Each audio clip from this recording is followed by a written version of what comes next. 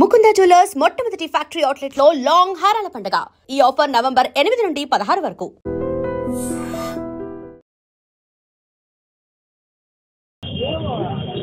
అందశ్రీ గారు చిన్న వయసులోనే, అంటే జనరల్గా ఆయన చనిపోయేటటువంటి వయసు కాదు, ఎందుకంటే కేవలం 64 సంవత్సరాలు మాత్రమే. ఆయన చిన్న వయసులో, అంటే వాళ్ళ కుటుంబం కూడా చాలా పేదరికము, ఒక గొర్రెల కాపరిగా, ఒక భవన నిర్మాణ కార్మికుడిగా ఉంటూ ఆయన ఈ స్థాయికి ఎదగడం అనేటటువంటిది మామూలు విషయం కాదు. అంతేకాకుండా ఆయన అనేక అవార్డులు, నంది అవార్డులు వచ్చాయి, అనేక షీల్డ్లు వచ్చాయి. అయినా కూడా చాలా సింపుల్గా ఉన్నాడు. ఆయన దుస్తులు కానీ, ఆహార్యం కానీ, అట్లాగే ఆయన ప్రయాణం చేసినటువంటి తీరు కానీ, ఆయన చాలా సింపుల్గా ఉన్నటువంటి మనిషి.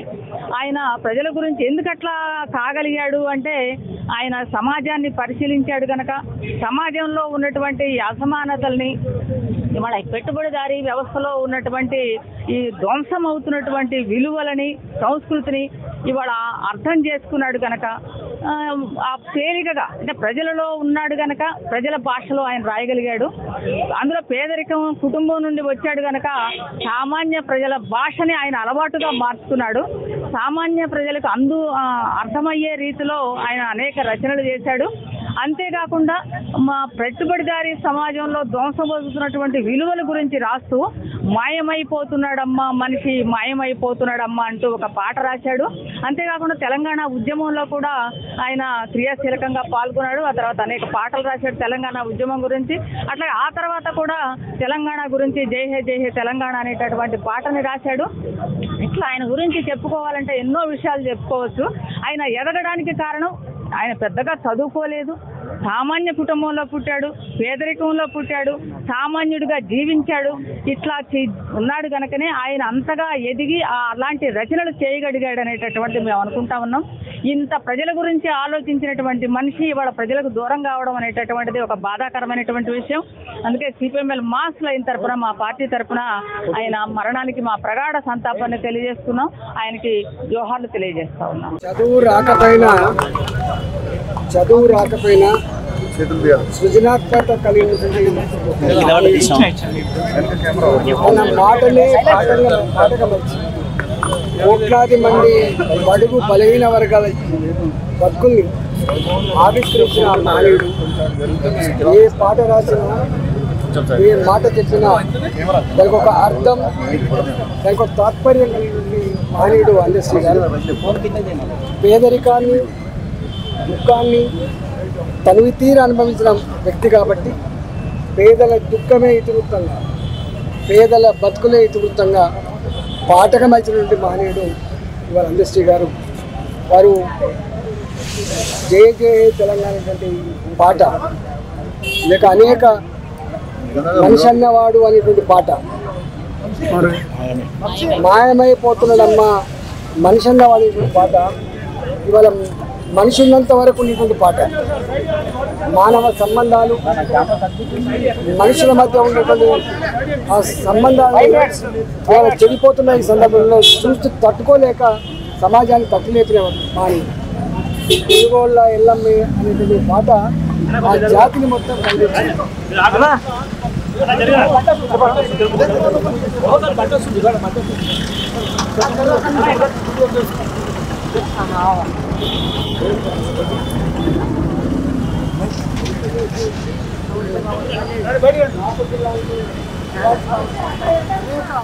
సార్, అందశ్రీ అనగానే ఫస్ట్ గుర్తొచ్చేది నాకు ఆయన ఈ ఒక ముదిరాజు తల్లి ఊరూరు తిరిగి పండ్లు ఎరుకొని అమ్ముకుంటూ ఉండే ఆ పాట రాశాడు ఒకటి. తల మీద చుట్టా బట్ట, ఆ పైన పండ్ల తట్ట, పండ్లు పండ్లు ఎమ్మంటూ పళ్ళంతా తిరుగుకుంటా, బాధట్లా కూసుండని బతుకెల్ల తీసుకున్న తెలుగుల్ల ఎల్లవ్వ ఏది, మా పల్లెలల్లా కండల్లా కానారాదేమి. అది చాలా ఆర్ద్రమైన పాట. అంటే మనం ఎక్కువ ఉద్యమ గీతాలు ఇవి వింటుంటాం కానీ అందులో ఒక ఆర్ద్రత ఉంటుంది. మనం ఎవరిదైనా కొంటే కొంచెం కొసరేవా అని అడుగుతాం కదా, ఆ కొసరే ఆ విషయాన్ని కూడా ఆ పాటలో చెప్తాడు ఆయన. అది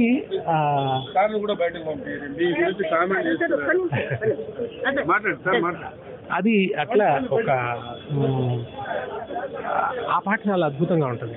ఆ తర్వాత ఆయన జానపద పాటలు రాస్తూ పరిచయం. ఎప్పుడు 99 హైదరాబాద్ సిద్దిపేటకు వచ్చే దారి మీద పాట రాశాడు. అల్లి బిల్లి అంగూర తోట, అప్పుడు అన్ని అంగూర తోటలు ఉండే కదా. నేను అడుకుంటా పోయే పల్లె బాట, గా పాటెంట పాడుకుంటూ పల్లె పాట, నేను తిన్నంగా చేరాలి సిద్దిపేట అని రాశాడు.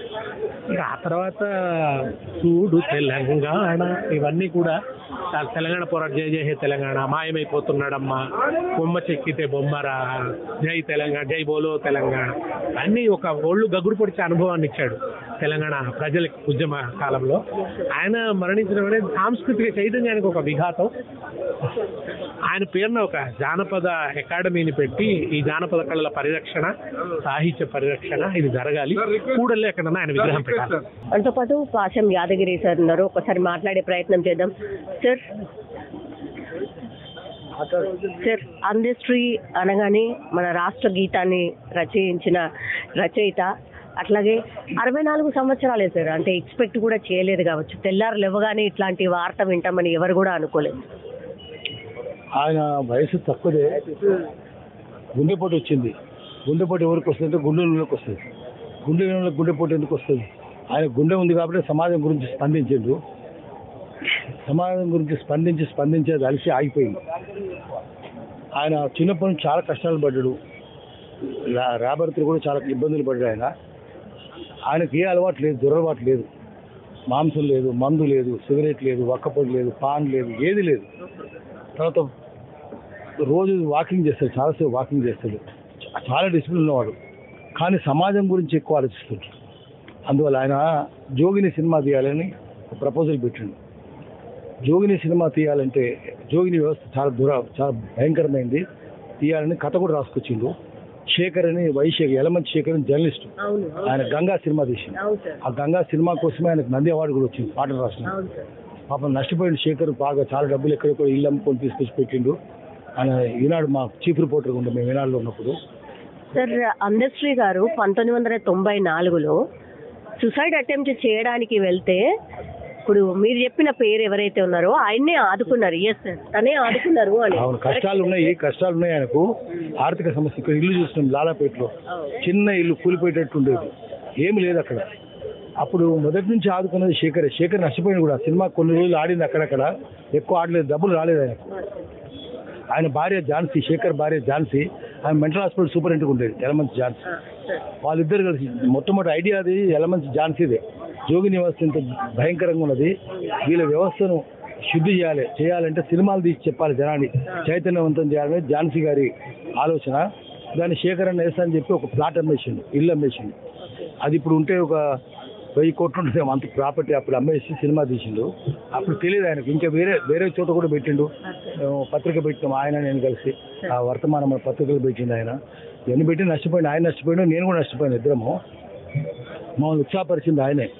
ఆయన కమ్మవారు అయ్యిండు కూడా దళితుల కోసం రాసేవాడు, ఆయన కమ్యూనిస్ట్ అయ్యిండు కూడా అన్ని రకాల వర్క్ కోసం రాసేవాడు శేఖర్. ఆయన ఈ సినిమా తీసిండు, ఇద్దరు కలిసి తీసిండ్రు. ఈయన రాసిండు. పాపం చాలా బాధపడేవాడు. శేఖర్ని ఆస్తంతా పోగొట్టుకున్నాడు, ఏమి లేదు, ఎట్లనే ఇతరుల సమస్యలు కూడా ఎప్పుడు చూసినా అన్నా శేఖర్ని ఎట్లున్నాడే, అంత పోగొట్టుకున్నాడు కదనే, ఏమి లేదు కదనే, సినిమా తీసిండు, ఎవ్వరు ఆడనీయలేదు సినిమాను, అది ఇటువంటి సినిమాలు ఎందుకు ఆడనిస్తారే అని చెప్పి బాధపడుతుండేవాడు. పాపం సమాజం గురించి ఆలోచించేవాడు. నిజంగానే బాధ కలిగిస్తుంది. ఎందుకంటే గూడంజయ్య పోయిండు. మొట్టమొదటి ఉద్యమంలో పాల్గొన్న వాళ్ళు గూడంజయ్య, వాళ్ళన్న చంద్రం ఉండి, డాక్టర్ చంద్రం, గూడంజయ్య, చంద్రం, గద్దరితో తిరిగిండ్రు అందరూ. మాతోటి తెలంగాణ ఉద్యమంలో వీళ్ళందరూ ఉన్నారు. మొట్టమొదటి ఐక్య కార్యాచరణ కంటే మేము పెట్టింది. కోదండరాం కేసీఆర్ వచ్చినాక వచ్చింది. 95, 96లో పెట్టి నేను మన అందరం కలిసి గద్దరన్న ఉండేది, అంటే ఆకుల భూమయ్య ఉండేది, ఇన్నారెడ్డి ఉండేది, గాదే ఇన్నారెడ్డి, అందరం కలిసి మేము పెట్టిన ఉద్యమం అది. దాంట్లో వీళ్ళంతా మనతో కలిసి తిరిగింది, కవులు కళాకారులు అందరూ. గద్దరన్న వల్ల వీళ్ళందరూ తిరిగిండ్రు. ఒక్కొక్కరు కళాకారులు అందరూ పోతున్నారు, ప్రజల కోసం పనిచేస్తూ అందరూ పోతున్నారు. మనిషికి రెండు చైతన్యాలు ఉంటాయి, ప్రాథమిక చైతన్యం, ద్వితీయ చైతన్యం. తను పుట్టిన కుటుంబం ప్రాథమిక చైతన్యం, సమాజం ద్వితీయ చైతన్యం. కానీ గద్దర్ కావచ్చు, గూడంజయ్ కావచ్చు, అందశ్రీ కావచ్చు, సమాజమే ప్రాథమిక చైతన్యం, కుటుంబం ద్వితీయ చైతన్యం కింద మారిపోయింది. సమాజం గురించి పట్టించుకోరు తప్ప ఆ తన కుటుంబం, మనం పుట్టింది కుటుంబం గురించి ఆలోచిస్తారు. అది ప్రాథమిక చైతన్యం జనానికి, మనుషులకు ఉండేది. కానీ అది ద్వితీయమైంది. అందుకని ఆయన గుండె కొట్టుకొని జనం కోసం స్పందించి అలసి ఆగిపోయింది. ఆయన కులాలు నమ్మేవాడు కాదు, వర్ణం నమ్మేవాడు కాదు, వర్గం మాత్రమే నమ్మేవాడు. నేను కమ్యూనిస్టును కాదని చెప్పేవాడు.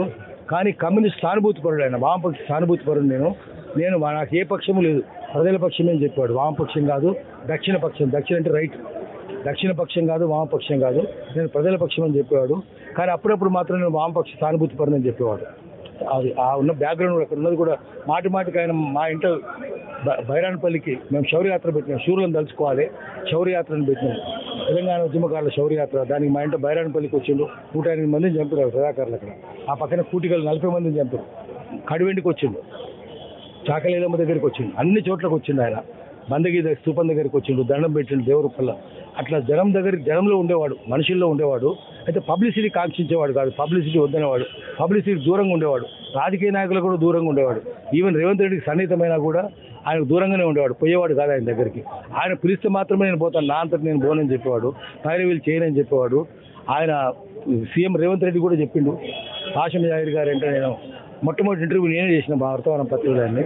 అంటే నేను కాదు చేసింది, రాజన్న అని ఉంటాడు గణపురంలో, సాదం రాజన్న అని గణపూర్లో. ఆయన వీళ్ళ ఊరు పక్కనే కృష్ణారెడ్డిగూడెం. ఆయన ఇంటర్వ్యూ చేసిండు, మేము వర్తమానంలో వేసినాం, పబ్లిష్ చేసినాం. నేను శేఖర్ గారు కలిసి చేసినాము. అప్పుడే ఈ సినిమా తీయాలని ఆలోచన వచ్చింది. సో ఆయన అట్లా ప్రజల కోసమే ఉండేవాడు. అట్లాంటి వాడు చనిపోవడం అనేది చాలా బాధ కలిగిస్తుంది. కళాకారులు ఒక్కొక్కరుగా పోతున్నారు. అసలు తెలంగాణ కోసం కష్టపడ్డ వాళ్ళందరూ పోతున్నారు. ఆకుల భూమి అని మర్డర్ చేసిన ఆకుల భూమి అని అది ఎవరు చెప్పట్లేదు. ఇందిరారెడ్డి కూడా 97లో జై తెలంగాణ పార్టీ పెట్టిండు, ఆయనది కూడా మర్డరే. వాళ్ళే బెల్లెలతో చంపిన వాళ్ళు, ఇక్కడి సిద్ధులు, ముఖా కరుణాకర్, భువనగిరిలో 18 మందిని చంపారు. చంద్రబాబు నాయుడు హయాంలో చంపింది. పోలీసులు లేరు, నయం లేడు, ఏం లేడు, పోలీసులే చంపారు. విప్లవ ప్రజాస్వామిక తెలంగాణ మానవీయ ఉద్యమాల్లో ఉంటూ తన కవిత్వాన్ని తనంటూ ఒక గొప్ప తెలంగాణ గొప్ప సాహిత్య మూలాల్లో తన కొడుగా నిలబడతారు. గతంలో కేసీఆర్ ఆయనకి ఇవ్వాల్సినంత గౌరవం ఇవ్వలేదు. ఇప్పుడు ఎందుకు నువ్వు బలం ఉన్నావు? ఇప్పుడు ఎందుకు అది ఎందుకు సార్ ఎందుకు అది విడిచిపెట్టు? అందరికి ఇస్తాం, కేసీఆర్ కూడా ఇస్తాం, నాకు కూడా అవును మాట్లాడుకుంటారు, ఉంటారు, కలిసే ఉంటారు. వాళ్ళకి ప్రభుత్వం అనేది అందశ్రీ మంచి గొప్ప కవి, నా మిత్రుడు, అంత మాత్రం చెప్పాలి. నిన్న చివరంటే అవార్డు తీసుకోమని చెప్పిండు, పిల్లలు తీసుకోన్నాడు. సరే నా తీసుకుంటామా, ఇంటికి వచ్చిండు.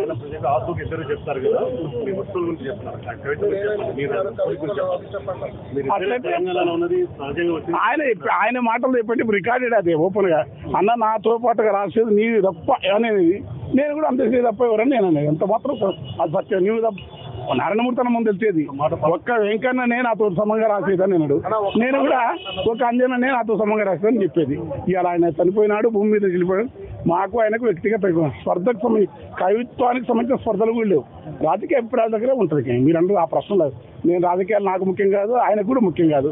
ఏదో మేము మా ప్రపంచంలో మేము ఉంటున్నాం. ఆయనకు మా పాటలు మాట్లాడుతాం.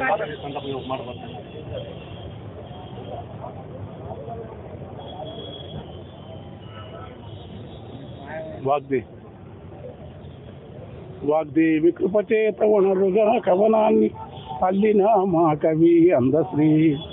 అక్షరంబు నీకు ఆవలున్నది గాని అమ్మ వాగ్దేవి నీ హృదయమందుండే. పాట నల్లిక నీకు నేర్పినారేవర్తి, పాట నల్లిక నీకు నేర్పినారేవర్తి. తెచ్చింది కదా నీకు ఆ గగనమూలే కీర్తి, పాట నల్లిన నీకు నేర్పినారేవర్తి. తెచ్చగద నీకు గగనమంతటి కీర్తి. ఆవేశమున మాట అగ్ని గురిసినట్టు మనసు చూడగ పసి పిల్లవా లోపలేమో పసి పాపనోలే గుట్టు.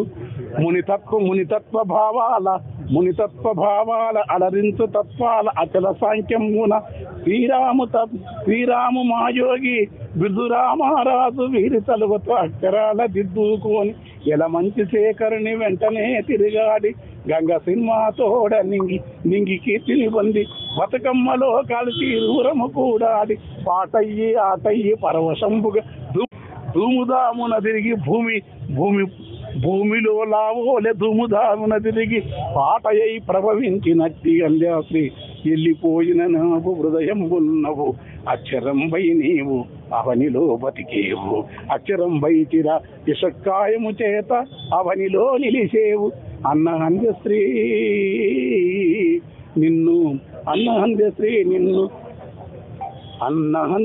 నిన్ను ఎన్నటికీ జగతి మరువనంత మంచి సత్కవి నీవని హృదయ లోతుల నుంచి వచ్చింది ఈ మాట ఎప్పటికీ చెరగదు మన కవనపు బాట. నిజంగా ప్రస్తుతం ఉన్నటువంటి సమాజం దేనికి ప్రయారిటీ ఇస్తుంది? ఆర్థిక సంబంధాల చుట్టూ మాత్రమే తిరుగుతుంది. మళ్ళీ ఎన్నికలంగానే చాలా విరక్తి కలుగుతాం. మంచి అనిపిస్తుంది కదా, లేడీస్ కూడా ఛాలెంజింగ్ జాబ్స్ చేసినప్పుడు చాలా బాగుంటది. ట్రాఫిక్ అసిస్టెంట్స్ గా నియమించిన ట్రాన్స్జెండర్స్ అందరితో సాల్యూట్ చేయించుకుంటున్నారు. ఫుడ్ డెలివరీ ఇవ్వటానికి వెళ్ళినటువంటి డెలివరీ బాయ్ అనిల్ పై కళ్ళ ముందు